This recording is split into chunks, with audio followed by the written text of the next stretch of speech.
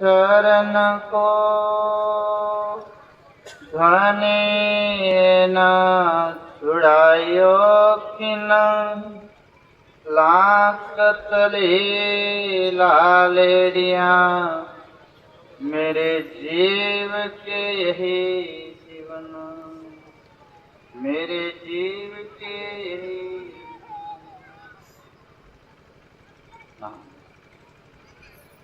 वे धाम के धनी सच्चिदान स्वरूप श्री राज्य महाराज मंचास्य निविद्वर और प्राणधर सुंदरता जी धर्म प्रेमी सज्जन माता बहने,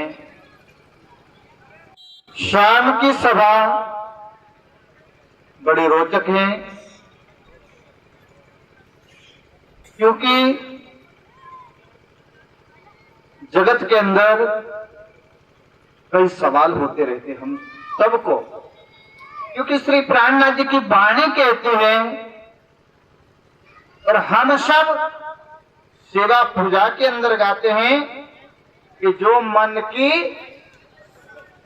खटपट मिटे तो छटपट दर्शन हो।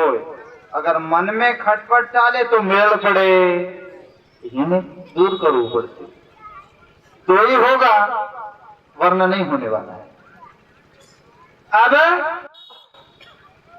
आवो जानिए कि एक परमात्मा कौन है। परमात्मा क्या छे आ जगतમાં કે તેનાથી પરે ઘણો મોટો સવાલ।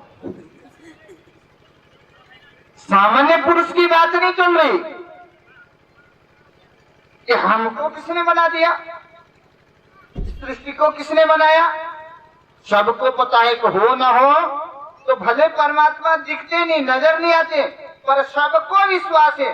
अगर चाहे वो आस्तिक हो, चाहे वो नास्तिक हो, चाहे वो भगत हो, चाहे वो जगत हो, चाहे हिंदू हो, मुसलमान हो या ईसाई हो, किसी को सपने में भी उठा करके पूछ लो कि परमात्मा कैसे है जल्दी बता, बोलेगा तो कोई भी बता सकता नहीं। तो मेरे सुंदर साथ जी, सवाल है कि परमात्मा क्या से आ जगतमा की एनाथी परे। तो आइए अब समझते हैं कि हमको बनाने वाले परमात्मा इस जगत में है या इस ब्रह्मांड से परे है। सवाल है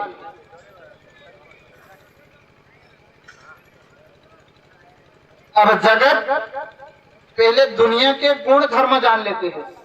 संसार किन गुणों से टिका हुआ है, संसार के गुण क्या है।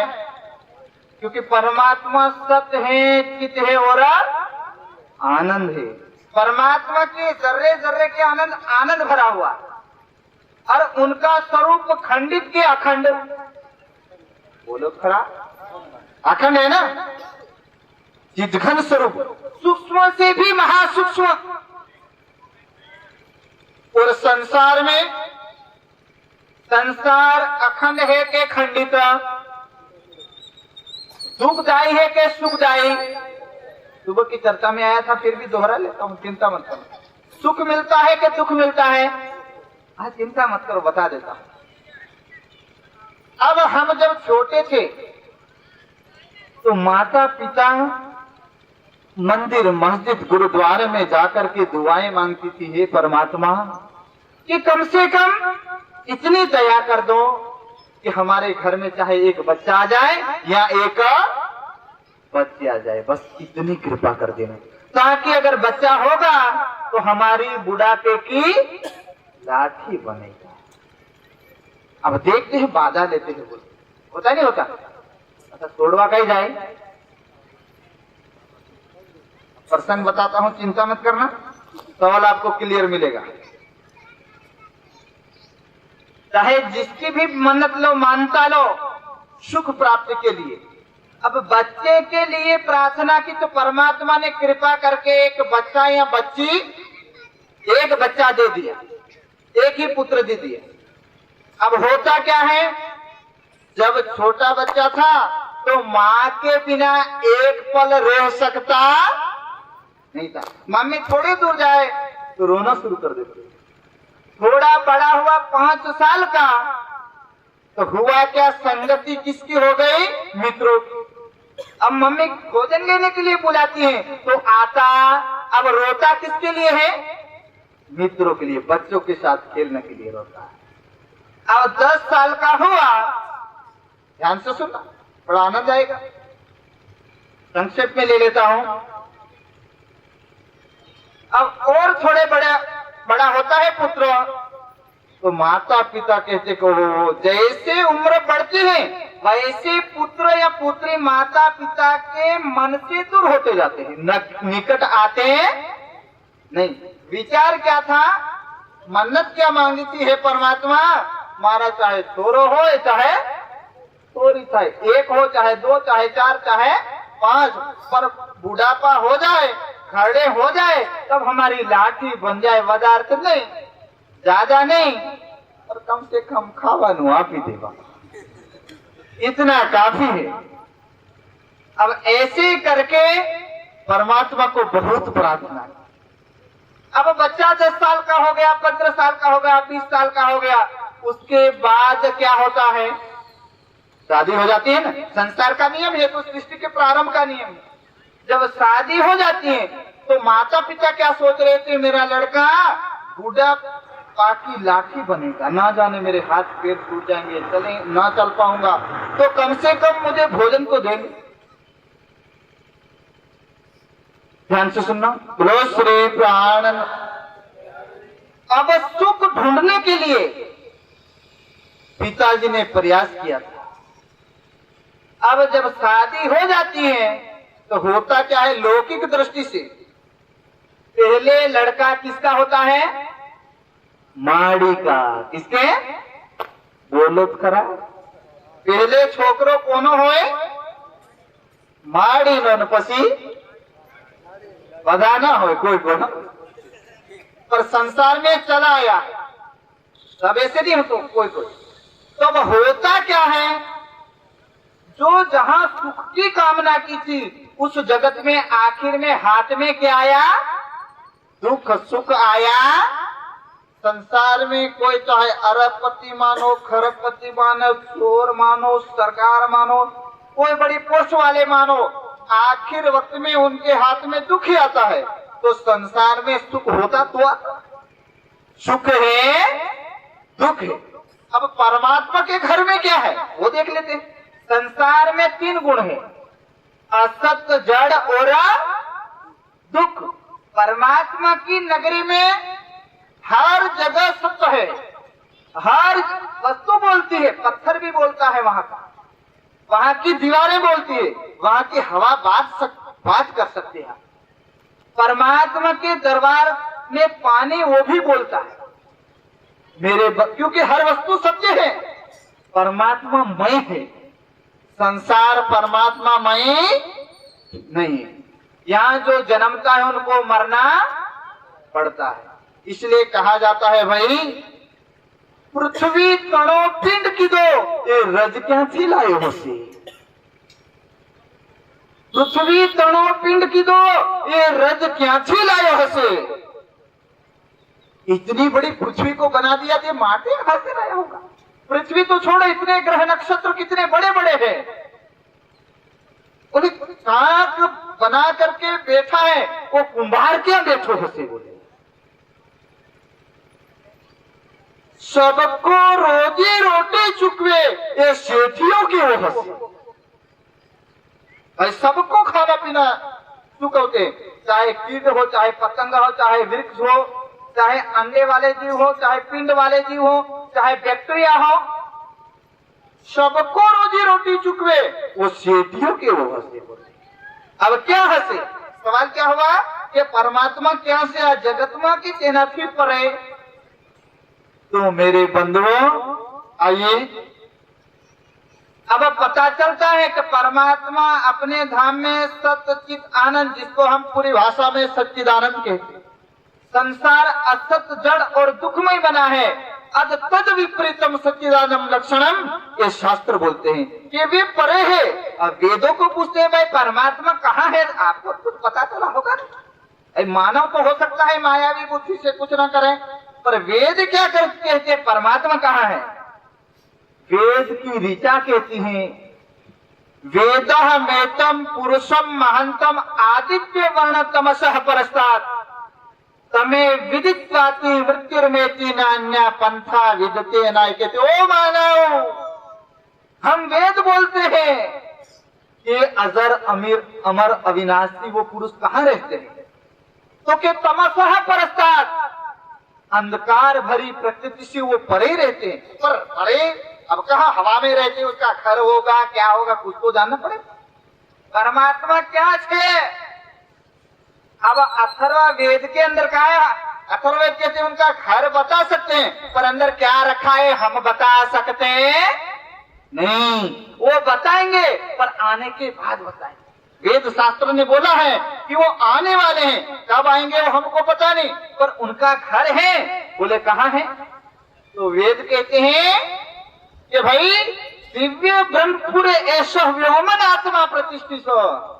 और परमात्मा को जानना चाहते हो तो उनके दिव्य ब्रह्मपुर धाम में रहते हैं।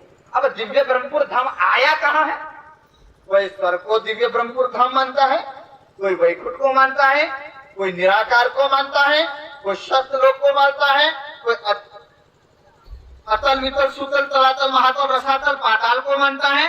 अब वो कहाँ आया है, तो हमारे शास्त्र कहते हैं अक्षरात् परतः परा। ओ मानव, कहते संसार जिससे बनता है ना उस पुरुष का नाम आदिनारायण है। वो जो हुक्म देने वाला है जिसको अक्षर पुरुष कहते हैं, और जो परमात्मा कहने लायक है वो उससे भी परे रहते हैं। बोलो श्री प्राणनाथ। अब ये तो हुई शास्त्रों की बात, ये हुई शास्त्रों की बात। अब हम देखते हैं कि भाई संसार में हमारे कुंभार भाई क्या बनाते हैं, माटला बनाते हैं ना। अब माटला बनावे, एक दो माटलू बनावे, बहुत सारे मटके बनाते हैं। अब मटके एक कुंभार अनेक मटके बनाते हैं। कुंभार उसमें आपको पता है कि एक मटके में बैठ करके कुंभार जिसके घर बेचते हैं उनके घर चले जाते हैं। कुंभार मटका बेचता है या मटके में घुस के चला जाता है, बताओ तो खरा। माटला बेचे न भाई, वो खुद बिकता नहीं है। कुंभार हजारों मटके पैदा कर सकते। तो मेरे बंधुओं, ये सृष्टि उस परब्रह्म ने बनाई है। जिस प्रकार कुंभार को अगर मटके में देखोगे, कोई भी आदमी माटला या घड़ा को देखेगा वो बोलेगा लोहार ने बनाया, कोई मान सकता, क्योंकि लोहार लोहा टिपता है, माटला टिपता। कोई कहे घड़ा सोने ने बनाया तो कोई मान नहीं सकता, क्योंकि सोने को तो कुट कुट करके सोना घड़ना आता है, मटका घड़ना आता। अनपढ़ भी आदमी कह देगा अगर घड़ा किसी ने बनाया है तो कुमार भाई के अलावा कोई बना सकता। पर गड़बड़ी यहाँ है कि कुमार भाई ने घड़ा तो बनाया, घड़े को देख करके हमने कुमार भाई का नाम ले लिया। संसार को देख करके हमने परमात्मा नाम तो ले लिया कि परमात्मा एक है, दो हो सकते, कहाँ है? एड्रेस के बिना कोई जा सकता नहीं, न उनके बारे में कोई बता सकता। बोलो श्री प्राणनाथ। अब हुआ क्या? जो भी मटका खरीदता है तो मटके के अंदर कुम्हार को ढूंढता है तो कुम्हार मिलते हैं। मटके के अंदर कुम्हार की कारीगरी है, कारीगर नहीं, कारीगरी कुम्हार की सत्ता है, स्वरूप नहीं। स्वरूप तो कुम्हार भाई है, कारीगरी सत्ता है। कारीगर से पता चलता है कुम्हार भाई अपने घर में होंगे। ऐसे ही ये सृष्टि है, यहाँ परमात्मा की महासत्ता है, उसकी सत्ता के बिना एक पत्ता भी नहीं हिल सकता। इसलिए परमात्मा तमस्सः अंधकार भरी सृष्टि से परे हैं। आज जगतमा के तैनाती परे। तो दोपहर में मैंने बताया था, कबीर साहब ने बड़ी बात बताई कि परमात्मा है कहाँ। अगर शरीर में होता तो कोई मरता, पिंड में होता तो मरता ना कोई, पिंड में होता तो देखता सब कोई। पिंड ब्रह्मांड दो से न्यारा कहे कबीर सो हमारा दोनों से परे है भाई। तो मेरे बंधुओं, अंधकार भरी सृष्टि से परमात्मा परे है। संसार में उनकी सत्ता है, उनका स्वरूप नहीं है। जिस प्रकार राष्ट्रपति अपने स्वरूप से राष्ट्रभवन दिल्ली में बैठते हैं और भारत की सरकार पूरी सत्ता भारत के कण कण में है, नहीं है? बिल्कुल है। वैसे ही परमात्मा की सत्ता इस ब्रह्मांड के अंदर है। अगर परमात्मा इस संसार में होते तो बकरे के अंदर भी परमात्मा है, तलवार के अंदर भी परमात्मा है, कसाई के अंदर भी परमात्मा है। अब कम से कम दया तो आनी चाहिए ना, परमात्मा तो दयालु है। तो फिर कसाई तलवार से बकरे को क्यों काट रहा? गोली के अंदर भी परमात्मा है, चोर के अंदर भी परमात्मा है, तो फायर क्यों कर देता है? गोली के अंदर परमात्मा, कण कण में परमात्मा है, तो दया आनी चाहिए, नहीं आनी चाहिए। संसार में परमात्मा की सत्ता है। सत्ता से मानव कहता है, स्वरूप नहीं। जिस प्रकार राष्ट्रपति दिल्ली में बैठते हैं और सारा राष्ट्र उनके सत्ता से चलता है, वैसे इस ब्रह्मांड में परमात्मा की सत्ता है और उनका स्वरूप परमा धाम में। अब दूसरा सवाल है, परमात्मा केवल से साकार के निराकार तेनाथी जुदा के तेनाथी जुदा। एक बार जयकारा का जवाब दो, बोलो श्री प्राण। दूसरी बार सुनना, परमात्मा केवल से साकार के निराकार के तेनाथी जुदा। अब आइए मेरे सुंदर साथ जी, परमात्मा केवल से तो वेद कहते हैं। अरे वेद में पहले संविधान सूत्र आया है सृष्टि को चलाने के लिए। वेदों के अंदर परमात्मा को क्या लिखा है? तो के युवा नाम, अजर अमर अविनाशी और युवा नाम लिखा है। सत्स्विन परम प्रेम रूपा अमृत स्वरूपा। परमात्मा का दिव्य स्वरूप है और अमृतमय स्वरूप है। अरे जिसका अगर सारी दुनिया मानती है कि परमात्मा अमृतवान है, अगर प्रकाश निकलता है तो उनका मूल के बिना कभी प्रकाश निकल सकता नहीं। उनका अमृत स्वरूप है। अब है कैसा? परमात्मा केवल से तो आपने कैसा माना था? परमात्मा न साकार है न निराकार है। श्री प्राणनाथ जी की वाणी बताती है, परमात्मा न साकार है न निराकार है, शुद्ध साकार त्रिगुणातीत है। शुद्ध साकार त्रिगुणातीत है। तो मेरे बंधुओं, अब हम परमात्मा को कैसा मानते हैं? कोई साकार मानता है, कोई निराकार मानता है। उनको जो जिसको जहां शांति मिले वो माने। पर संतों की वाणियों के अनुसार, प्राणनाथ जी की वाणी के अनुसार, शास्त्रों के अनुसार, अनुभव के अनुसार परमात्मा इस प्रकृति के अंदर नहीं है। ना वो साकार है ना निराकार है। अगर साकार होते परमात्मा तो परमात्मा एक अनेक हो सकते नहीं। ध्यान से सुनना, अब एक एग्जांपल देता हूं, बोलो श्री प्राण। शास्त्रों के अंदर लिखा है, अहम अस्मि ब्रह्म तत्वमसि ब्रह्म सर्वम खलिदम ब्रह्म। अब संतों ने अपना अनुभव करके लिखा था कि परमात्मा कौन है। उन्होंने कहा था, अपने धाम में हर आत्मा परमात्मा के समान बल रखती है। यहाँ नहीं, अपने घर में।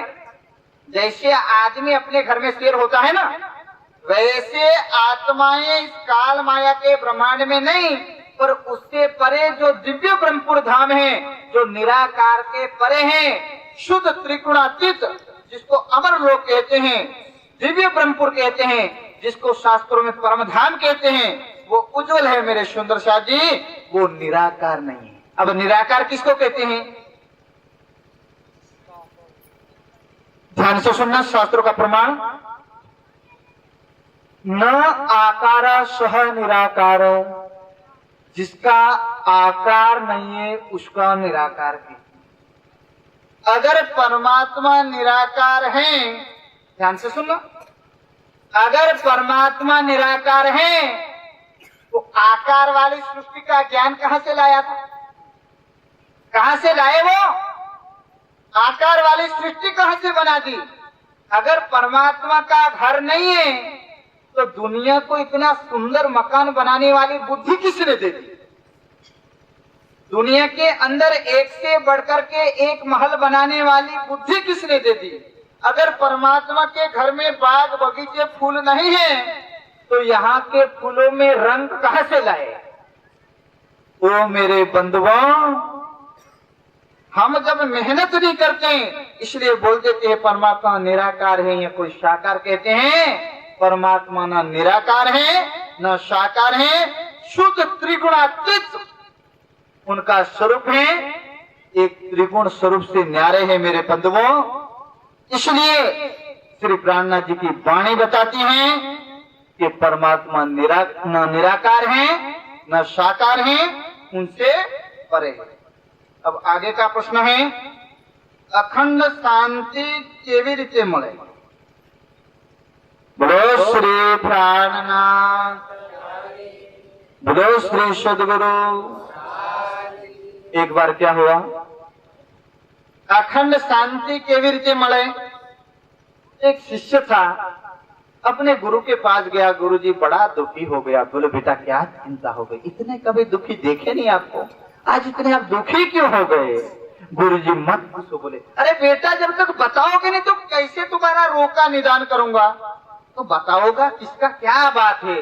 बापूजी बोले भगत बनी जाओ से आप बहुत घणो चाहिए। बोले बेटा भगत बने तो सही, अरे दिल के अंदर तेरे अंदर अब रोग मिटाने तू भगत बन रहा, किसी की पनौती उतारने तू भगत बन रहा, ये आत्मा कल्याण के लिए भगत बन रहा, तो कम से कम इतना तो बता दे। गुरुजी बड़े विवेकवान और बुद्धिमान थे। तो गुरुजी ने पूछा तो शिष्य बताते हैं कि गुरुजी बस अमर लोक में जाना है, परमात्मा को जानना है, दूसरा कुछ जानना नहीं। तो गुरुजी ने कहा बेटा ध्यान करना। क्या कहा? असल वाला बोलो, क्या कहा? गुरुजी ने क्या कहा? बेटा ध्यान करना। शिष्य ने कहा गुरुजी अरे कुछ बताओगे तो ही ध्यान करूंगा। किसका ध्यान करूंगा? हाथ का करूंगा, पैर का करूंगा, नाक का करूंगा, माता का करूंगा, पिता का करूंगा, परमात्मा को तो देखा नहीं है, और करूं तो किसका ध्यान करूं? बोले तू ध्यान में तो फिर और बाद में मुझे पूछना। अब एड्रेस के बिना गाड़ी में बैठोगे तो कहां जाओगे? मुकाम मिलेगा क्या? इति अंध परंपरा जिसको कहते, शांति मिलेगी, मुकाम तक पहुंचा जाता नहीं। अब उस गुरुजी ने कह दिया बेटा ध्यान तो करके देख, 11 दिन के बाद मेरे पास आना, अगर तुझे शांति नहीं मिली तो मेरे पास आ जाना। अब 11वें दिन के बाद शिष्य गुरुजी के पास जाते, ओहो के मुनिराज। हाँ गुरुदेव। बोले क्या हुआ, शांति मिली? गुरुदेव आप डांटो नहीं तो बताओ। बोले अरे बेटे जो भी हो, तुझे जो भी अनुभव हुआ वो बताना पड़ेगा। बोले जो भी तुझे अनुभव हुआ, चाहे अंदर सुख मिला है चाहे दुख मिला हो, आपको बताना जरूर पड़ेगा बेटे। बोलेगा गुरुदेव पहले दिन में देखने लगा तो मेरे बच्चे रो रहे थे घर में, मुझे देखा नहीं गया, आंखें खुल गई। दूसरे दिन मैंने ध्यान किया तो मुझे लगा कि हो मेरे खेत में चोर आ जाए ऐसा लग रहा था, मैं उठ करके खेत देखने चला गया। गजब की बात है। बेटा आगे क्या हुआ? तो गुरुजी 7वें 8वें दिन की बात नहीं बताता हूँ, और 11वें दिन की सुन लो। बेटा 11वें दिन की सुना दे। 11वें दिन बड़ा चमत्कार हुआ। बोले क्या हुआ? गुरुजी सब कुछ भूल गया, बड़ी कठिनाई किया, ये घर बार को भूल जाऊं, परमात्मा को जान लूं, सबको भूल जाऊं। गुरुजी एक बात भूली नहीं जा रही, रोने लगा बेचारा। बेटा बात तो बता। तो गुरुजी जब भी मैं ध्यान में तल्लीन हो जाता हूँ लगता है भूरी भैंस का दूध निकाल रहा हूँ। बोलो श्री ये मेरे से छूटा नहीं। अब जब तक शांति कब मिलेगी? यहाँ क्या लिखा है? अखंड शांति केवी रीते मळे? गांधीनगर जाऊ होए तो कई बस में बैठू पड़े गांधीनगर। अब अच्छा एक बात बताइए, भारत में करोड़पति कौन से? भारत में करोड़पति एक ही आदमी होगा। अगर सर्वे सबका कैलकुलेट किया जाए तो एक ही आदमी मिलेगा। और सारे देशों में अगर करोड़पति अरबों खरबों की बात की जाए तो सबका कैलकुलेट निकालने के बाद, सबका बाद बाकी सरवाड़ो भागाकार गुणाकार करने के बाद एक ही आदमी हाथ में आएगा। दो आएगा नहीं, एक ही आएगा। अगर पृथ्वी ऊपर धन है, उससे ज्यादा धनवान कौन है? धनी यानी अखंड शांति के लिए मरे, चिंता मत करना। अब हम सोचते हैं ना, कोई सोचता है दुख में शांति मिल जाएगी, कोई सोचता है सुख में शांति मिल जाएगी, कोई सोचता है दुख सुख छोड़ो, पैसे वगैरह शांति कभी मिलेगी? चाहे लूट करके लाना पड़े, चाहे बेईमानी करके कमाना पड़े, चाहे मेहनत के कमाना पड़ेगा, पैसे बिना शांति मिलेगी? दुनिया के अंदर पैसा परमात्मा हो गया, अब उल्टा हो गया कलयुग के अंदर, तो शांति कैसे मिलेगी? अब शांति का जो स्रोत, अरे गंगा पाना हो तो कहाँ जाना पड़ेगा? तालाब में जाओ तो गंगा मिलेगी क्या? गंगा का जल ले पाना हो तो गंगा जाना पड़ेगा ना। अब शांति का स्रोत कौन है? अगर स्वर्ग में कोई अगर लाखों पति धनी होगा तो संसार से भी ज्यादा शांति किसके पास है? इंद्र के पास। इंद्र से ज्यादा शांति किसके पास है? अरे विष्णु भगवान के पास, लक्ष्मी जी के पास। उससे ज्यादा शांति किसके पास है? प्रणव ब्रह्म के साथ गायत्री शक्ति के पास। उससे ज्यादा शांति किसके पास है? तो के आदि नारायण के पास। उससे ज्यादा शांति किसके पास है?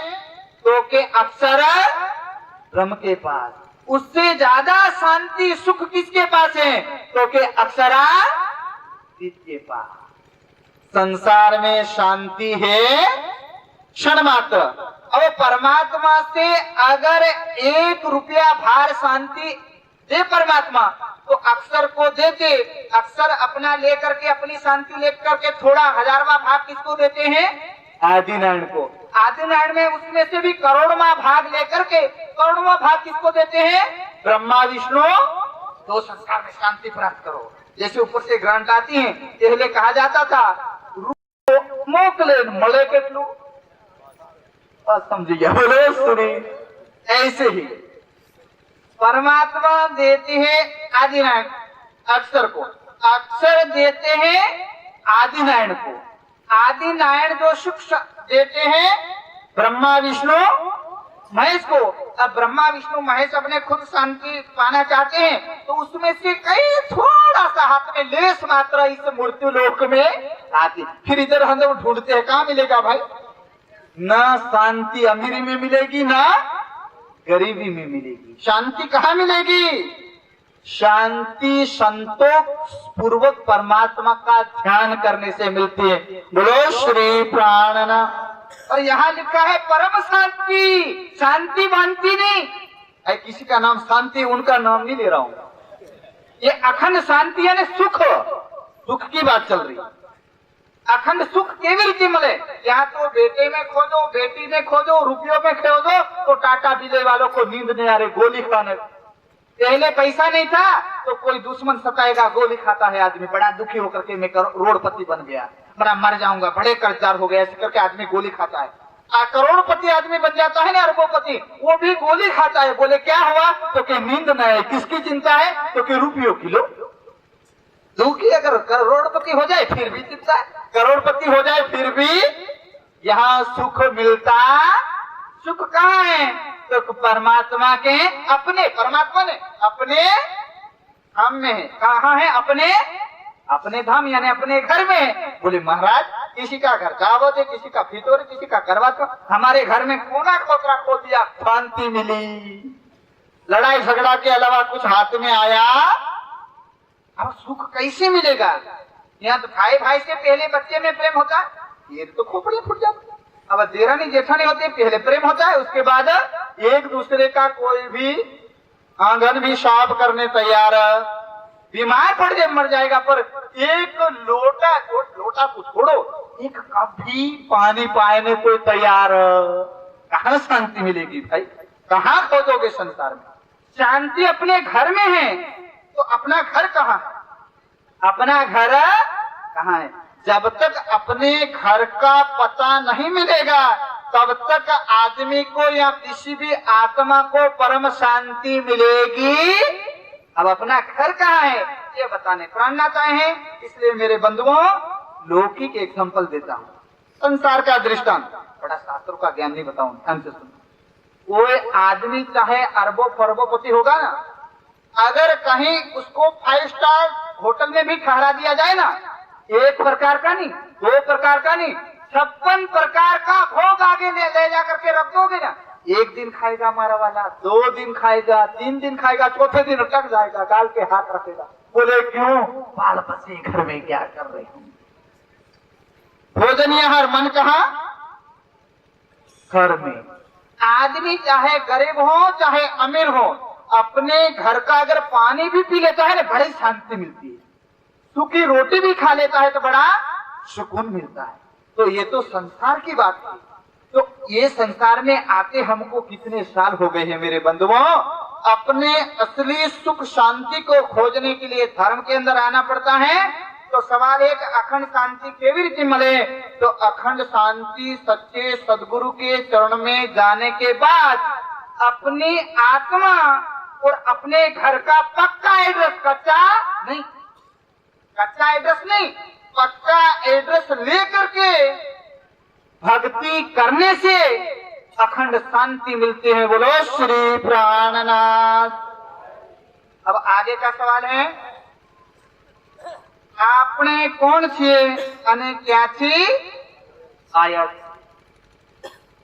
अगर मैं पूछूं आप लोगों को कि भाई तमे कौन छो और कहां से आए हो, पहले ये बताओ यार मेरे सुंदर साथ जी, धर्म प्रेमी सज्जनों, माताएं बहने, कि हम है कौन? बोलेगा मैं फलाना भाई हूं, ये ढीकना भाई है। माताओं पूछे तो मेरा फलाना नाम है या ढीकना नाम। बोलेगा ये शरीर का नाम है या आत्मा का? बाहर वाले का नाम है अंदर वाले का? बोलो खरा, खबर पड़े के महाराज बाहर वाला का, इधर में सपने में साक्षात पता चलता नहीं। किसी भी आदमी का नाम पड़ता है, चाहे वो रंग हो, राजा हो, फकीर हो, देव हो, दानव हो, चाहे मानव हो, नाम किसका पड़ता है?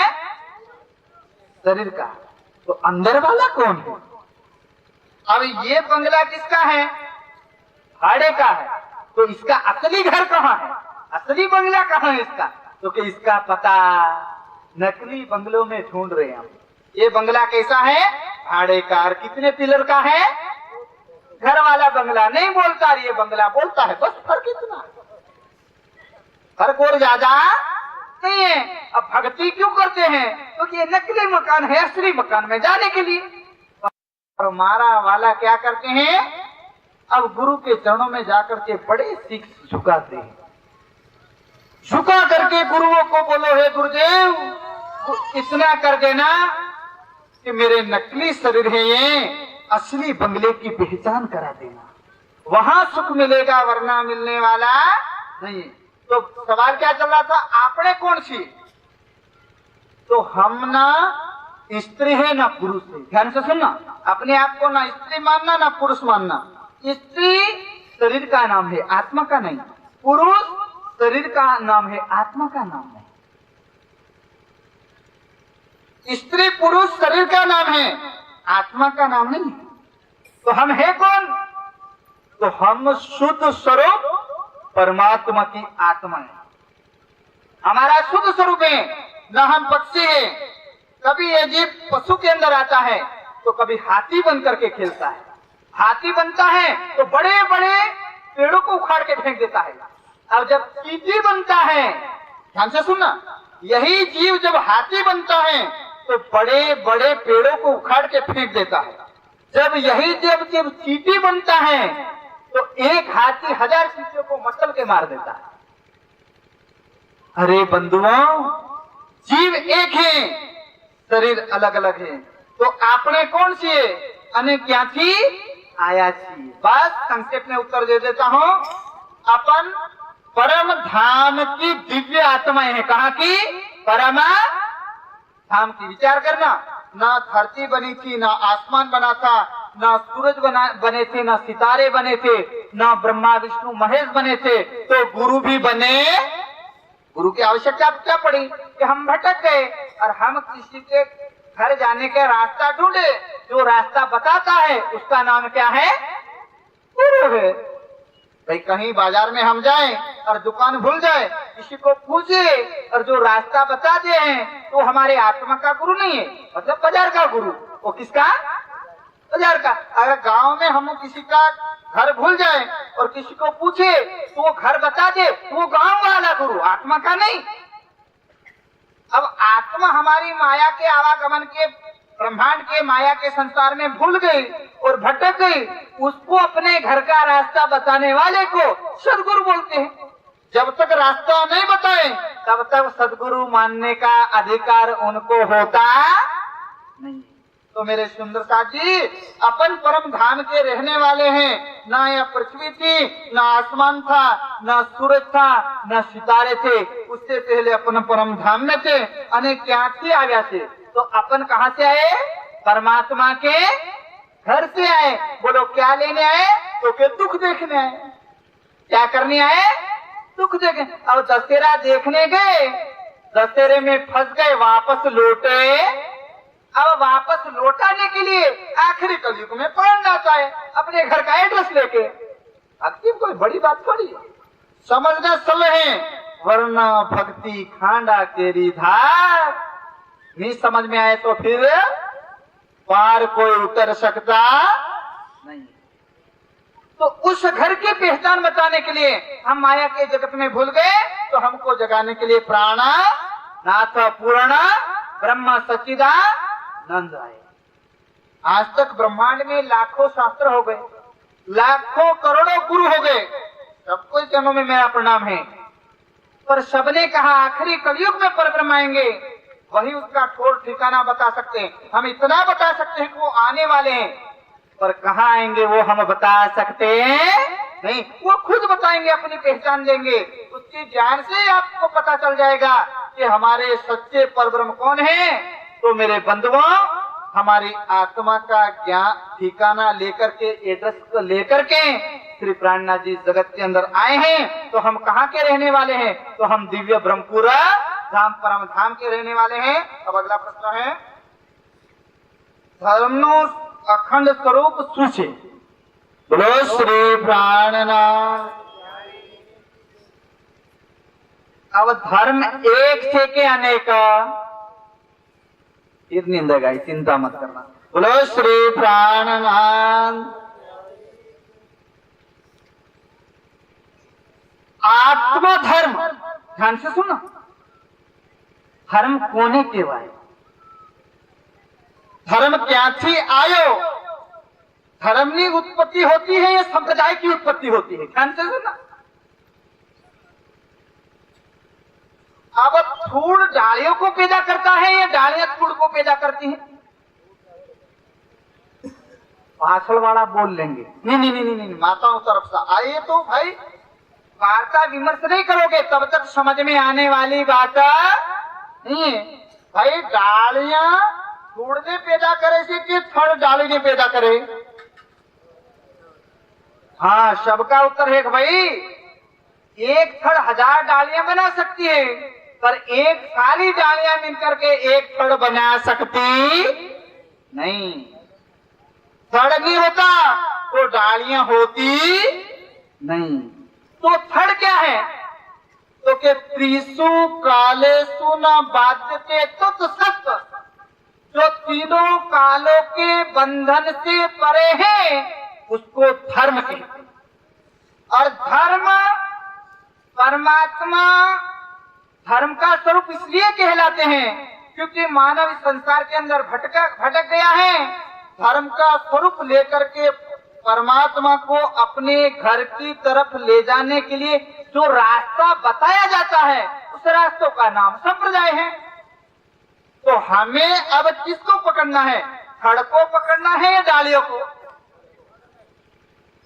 बताओ भाई, अब थड़ को पकड़ना चाहिए या डालियों को?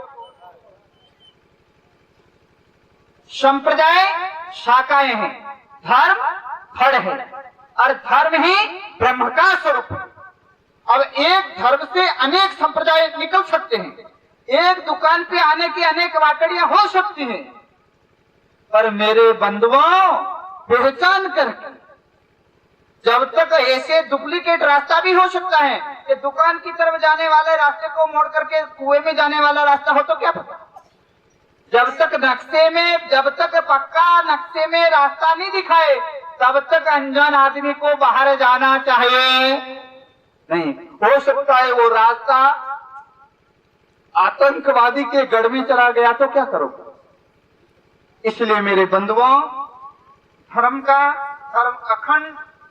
अखंड स्वरूप से तो कि हाँ, धर्म परमात्मा का स्वरूप है और परमात्मा खंडित नहीं है, परमात्मा अखंड है, इसलिए धर्म का भी स्वरूप अखंड है। बोलो श्री प्राणनाथ। अब आगे आइए, अगला सवाल है, ज्यादा चिंता मत करना, मेरी 10 मिनट बची है और 4 सवाल है अभी। अब क्या बताऊं, संक्षिप्त में बता देता हूं। श्रीमद् भागवत गीता मुजब अक्षर ने अक्षरातीत कोने के वार। अच्छा, महाभारत का युद्ध चल रहा था, ध्यान से सुनना, महाभारत का युद्ध चल रहा था। भगवान श्री कृष्ण को बड़ी दया आ गई, बोलने का अर्जुन बोलो भगवान फरमाइए क्या आदेश है। आपके आदेश से मैं रण मैदान में लड़ा हूँ, आज नहीं मानो ऐसा हो सकता है। बोलो मैं आपसे बड़ा प्रसन्न हूँ, बोलो मांग लो क्या मांगना चाहते हैं। अर्जुन बड़े देखने लगे कि प्रभु ऐसे तो आज भगवान इतने प्रसन्न हो गए, पता नहीं क्या देना चाहते हैं। बोले मांग क्या देना चाहते हो। तो बोले 1000 पुत्र दे दूं। बोले एक पुत्र था मारा गया, इतना दुख हुआ, 1000 पुत्र दे देंगे तो क्या हाल होगा। ना भगवान, 1-2 को तो संभला नहीं दे रहा और 1000 दे देंगे तो क्या हाल होगा। नहीं चाहिए, 1000 पुत्र चाहिए नहीं। बोले और क्या चाहिए, इंद्र का राजा बना दो, इंद्र को हटा करके आपको कुर्सी दे दूं।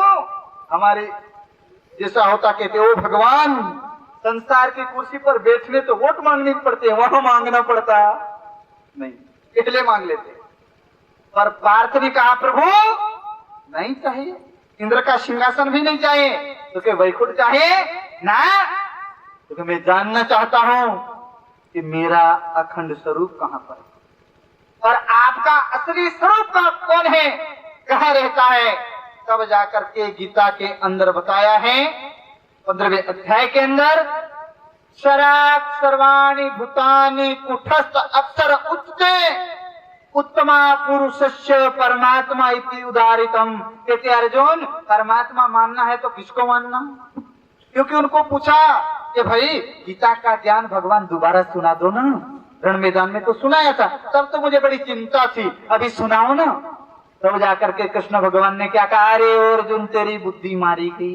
बोले क्यों, उसी वक्त भी तो आप थे, अभी भी तो आप हैं, सुनाने में क्या गड़बड़ी है। तो भगवान श्री कृष्ण क्या कहने लगे कि अर्जुन योग युक्तेन तन्मया, उसी वक्त में योग के अंदर लीन था और मेरे अंदर पार की शक्ति ने आकर के बताया था। मेरे घर का किसी का खजाना होता तो अपने याद देने में मुझे क्या दिक्कत थी। क्या बता दिया कि योग युक्तेन तन्मया, मैं वो योग समाधि के अंदर निपुण था, तो परमात्मा की शक्ति महाशक्ति ने आकर के मेरे अंदर से बुलवाया। बोले क्या बुलवाया था, अब क्या पता चलेगा कौन परमात्मा। अब तक तो मैं जन्म से लेकर के आपके चरणों में सपने भी सोचा था तो कृष्ण कृष्ण बोलता था, अब मैं कहाँ जाऊंगा, आखिर वक्त में कहा नहीं आप पार नहीं लगाओ, क्या बीच में डूबूंगा। भगवान श्री कृष्ण कहते अर्जुन अगर आप मेरे वचनों पर चले हैं तो सुनो, गीता उठा करके देखना 18वां अध्याय और 65वां और 63वां श्लोक। उसके अंदर भगवान श्री कृष्ण कहते हैं कि तमेव चरणम गच्छ सर्वभावेन भारता तत्प्रासादात् परम शांति स्थान प्रापयसि शाश्वतम। यह अर्जुन अगर कुछ जानना चाहता है, क्योंकि दुनिया उसके लायक नहीं है इसलिए मैं उनको नहीं बताया हूं, आपका दिल उसके लायक है इसलिए बताता हूं। तुम्हें यानी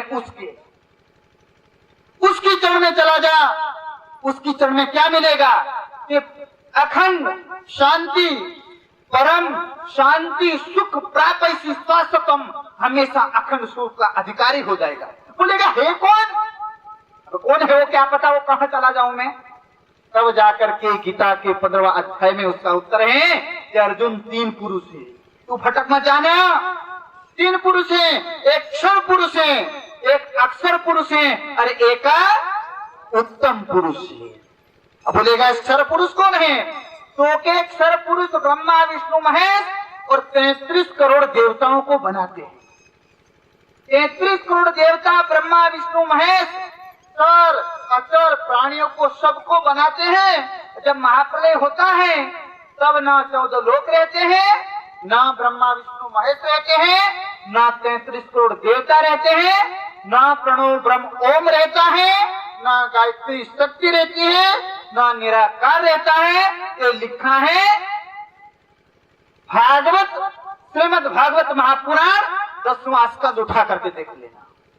महाप्रलय के अंदर सारा नाश हो जाता है, तब आत्मा का ठिकाना कहाँ होगा? भगवान श्री कृष्ण तो जानते थे, क्योंकि ज्ञानियों में ज्ञानी थे, योगियों में योगी थे। अब कहते परमात्मा किसको मानो? अर्जुन कहते तो कि अक्षर पुरुष वो ब्रह्मा विष्णु महेश को भी बनाते हैं। ईश्वर और सदाशिव उनके रक्षक है ब्रह्मांड के। और क्षर पुरुष यानी पहला पुरुष, जिसको प्रथम पुरुष कहते हैं। अंडे के जब पहले 1000 साल तक अंडा तैरता रहा और एक शक्ति आई, वो फूटा तो संसार अस्तित्व में आया, तो उसी पुरुष का नाम है क्षर पुरुष। क्षर यानी मिटने वाला। जैसे उससे आगे कुछ है क्या? हाँ, उससे आगे भी एक आदमी रहता है, तो कि उसका क्या नाम है? जो उसका नाम अक्षर पुरुष है। वो क्या करते हैं? तो कि ऐसे लाखों अनेक अपनी इच्छा मात्र से कोटि ब्रह्मांड नजरों में आवे, पल में देखे, दिन में उड़ावे। अरबों खरबों ब्रह्मांड अपनी इच्छा से वो बनाते हैं और खत्म कर देते। तो कि उससे आगे वो परमात्मा है? तो कि ना, वो मत मान लेना उससे। तो कि है कौन?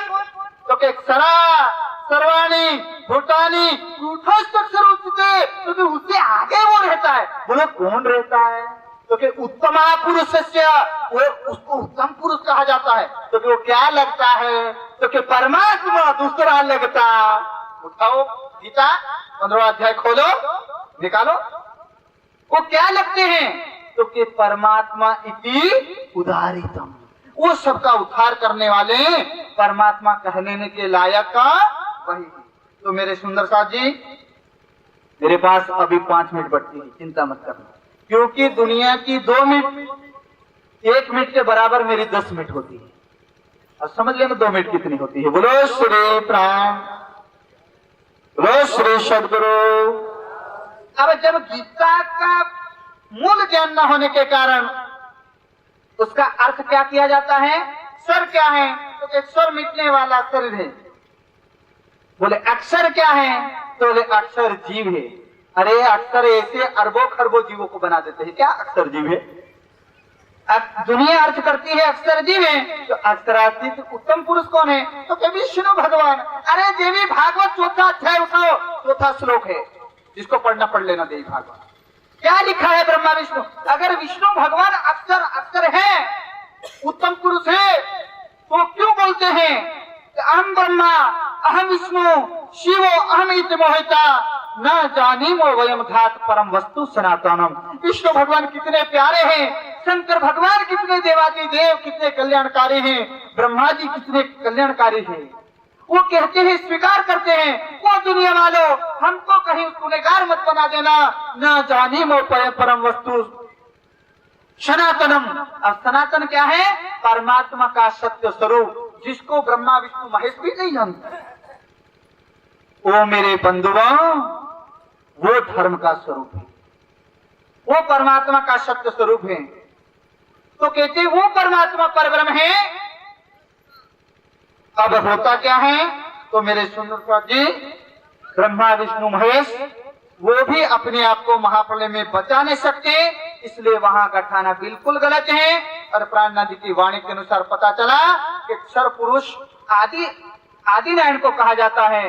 अक्षर पुरुष, अक्षर पुरुष के पास इतनी कहते हैं कि ऐसे अरबों खरबों सूरज तो उसका इशारा मात्र है, ऐसे अरबों खरबों देवी देवता तो अक्सर यूं बना लेते हैं कि उनके इशारे से उनके दिल में इच्छा होती है, अरबों खरबों बन जाते हैं, यूं पल में मिटा, इतने शक्तिशाली हैं।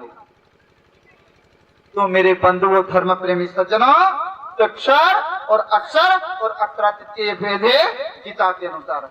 आगे का सवाल है, जीव अने आत्मा एक से के अलग अलग तेनु स्वरूप समझाओ।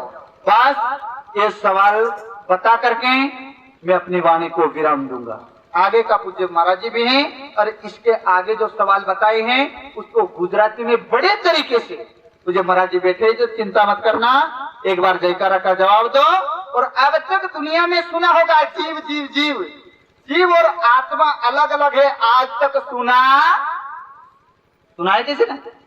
प्राणनाथ जी की वाणी के अलावा किसी ने उसका ब्यौरा नहीं बताया।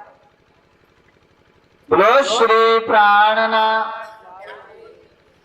भाई ना सोते हैं ना, उनको एक मफत में टेबलेट देते हैं, क्योंकि डॉक्टर हमेशा कुछ भी देते हैं ना, गोली देते हैं तो उसकी कीमत लगती है, पर अपन लेता नहीं भाई।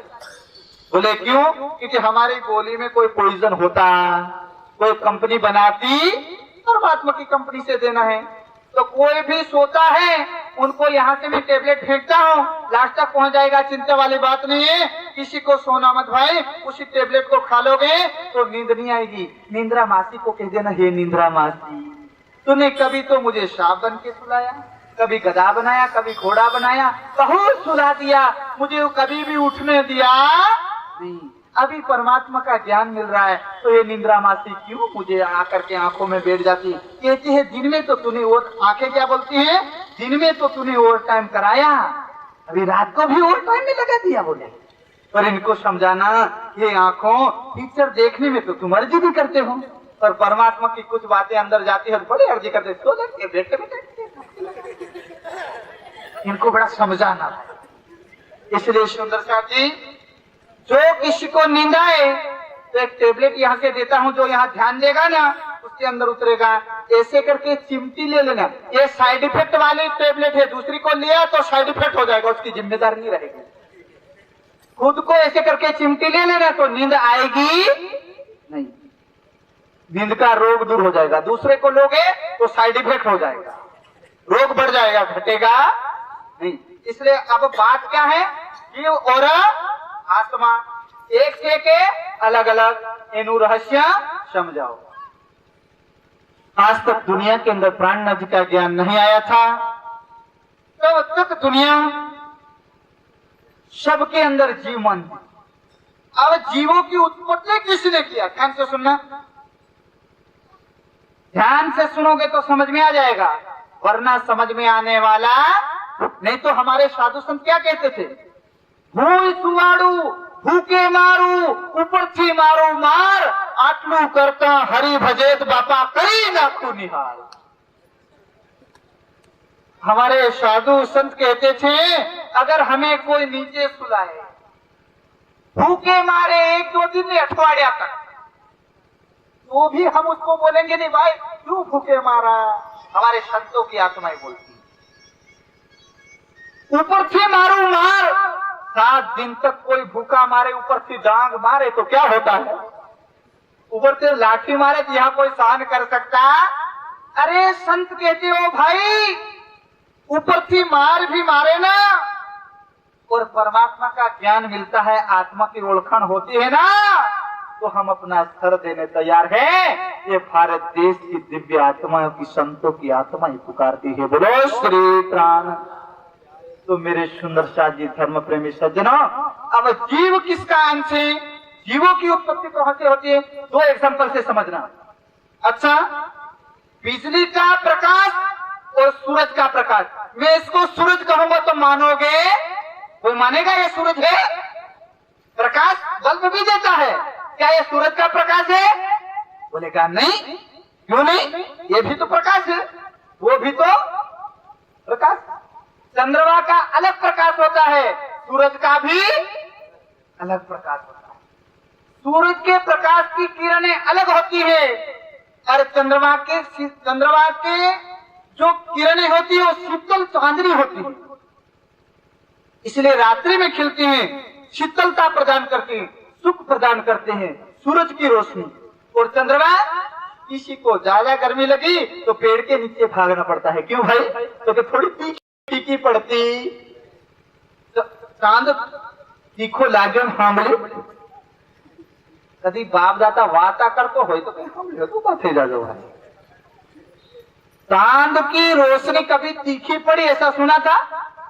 उसकी हमेशा कोमलता बड़ा आनंद आता है। रात की चांदनी जब खिली होती है, शरद पूनम का जब चंद्रमा होता है तो देख लेना, एक एग्जांपल से आपको समझ में आ जाएगा कि जीव और आत्मा किसको कहते हैं। ज्यादा नहीं बताऊंगा।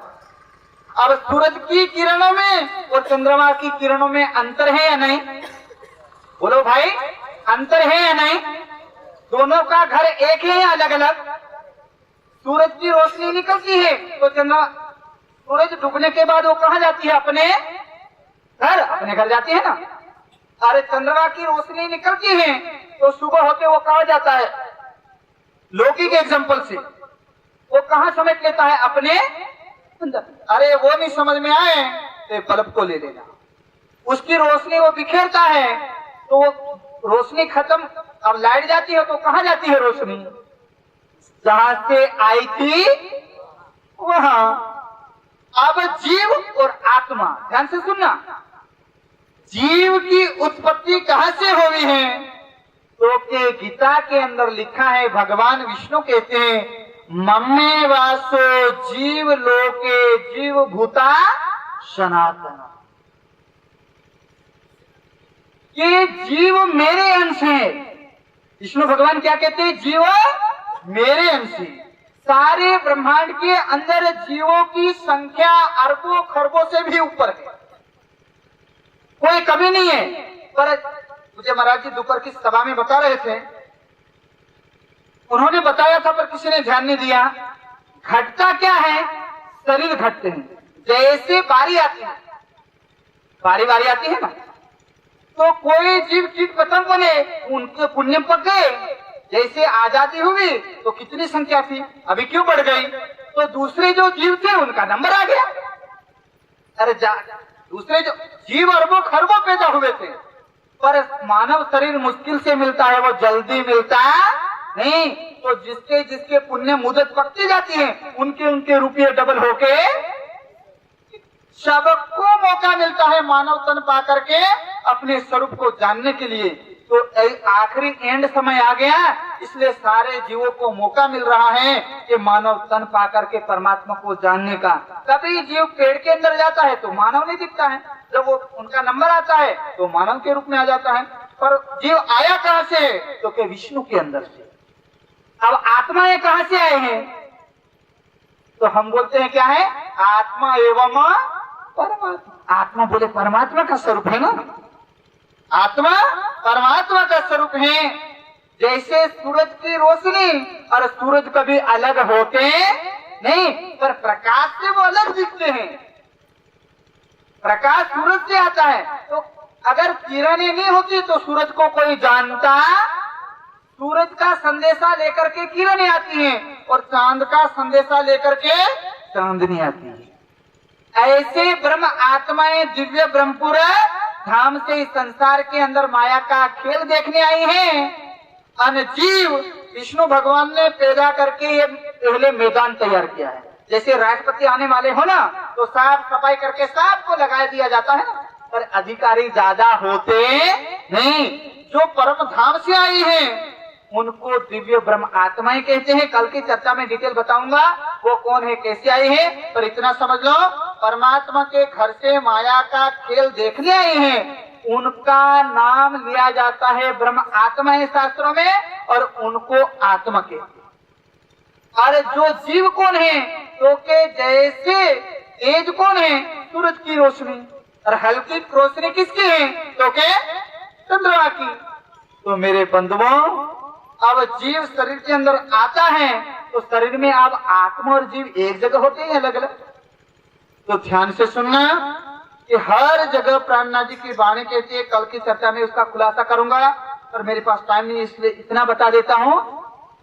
पक्षी, एक पेड़ पर दो पक्षी बैठे हैं, एक फल खाता है, दूसरा टगर टगरा देखता है। तो जो दिव्य जीव है उसके दिल के अंदर आत्माएं बैठती है, हंस जहां तहां बैठते नहीं है। जो दिव्य जीव है पूर्व जन्म ने जिसने तपस्या की है उनके जीवों के ऊपर दिव्य आत्माएं बैठी हुई हैं, और बाकी जिसने तपस्या नहीं की है और आपको नीच कर्म वाले जीव मिलेंगे जिसका अंतःकरण मेला है, तो समझ लेना चाहिए कि भाई आत्मा होगी तो हमेशा वो परमात्मा को खोजेगी, भले उनको निशान कोई भी संप्रदाय को पालती होगी, पर दिल में लगेगा कि नहीं मेरा आखिरी मुकाम कहीं और है, वो परब्रह्म जरूर आएगा, जरूर मेरे पास संदेशा पहुंचेगा, वो अंदर से खोजती फिरेगी, भले कैसा भी गुरु मिल जाए। तो मेरे बंधुओं, विष्णु भगवान ने जिन जीवों की उत्पत्ति की है, जीवों का घर है वैकुंठ और आत्मा का घर है परमा धाम, दोनों अलग अलग मुकाम से आई हैं और कैसे है कैसी हैं उनकी डिटेल की चर्चा आपको मिलेगी यहाँ। जीव का घर है निंदमा और आत्मा का घर है श्री धाम, इसलिए आत्मा को परमात्मावत बोला जाता है और जीव जर्रे जर्रे में विष्णु का वास है, इसलिए जीव के अंदर विष्णु का वास है और आत्मा के अंदर परमात्मा का। बोले कैसे आत्मा के अंदर परमात्मा का? जैसे किरण में सूरज का, एक थाली में सुबह में मैंने बताया था, एक थाली में पानी लोगे 10 थाली में पानी लोगे तो वहां चंद्रमा नहीं दिखाई पड़ेगा, क्या दिखाई पड़ेगा? सूरज दिखाई पड़ेगा। और चांदनी रात को थाली में पानी लोगे तो सूरज नहीं दिखाई पड़ेगा, क्या दिखाई पड़ेगा? चांद। वैसे ही परमात्मा अगर खोजेगी पाएगी तो उसको अपना धनी मिलेगा। जीव सृष्टि अगर परमात्मा को जान एड्रेस लेके खोजेगी तो उसको सूरज मिल सकता है, नो बोली नहीं। सोलर कुकर में अगर ऊर्जा बिलोरे कांच में कैचअप करके अगर दी जा सकती है, पर सूरज की रोशनी कभी आ सकती नहीं। इसलिए मेरे बंधुओं, चांद और सूरज से समझिए, जैसे चांद से रोशनी आती है तो समझ लो विष्णु के जीव, जैसे सूरज की तेज धार वाली है तो समझ लो भाई ये जीव नहीं है, ये परमात्माएं हैं। बोलो श्री प्राणनाथ, बोलो श्री सदगुरु। इसलिए जीव और आत्मा दोनों अलग अलग हैं और डिटेल में आपको दिन में आएगा, दिन की चर्चा में उसका प्रसंग लेंगे। अब मेरा समय पूरा होता है और मेरे बंधुओं चौपाई का प्रसंग आ रहा, जयकार लगाए। बोलो श्री प्राणनाथ, बोलो श्री सदगुरु प्रणाम। अधिक जानकारी के लिए देखें www.spjin.org।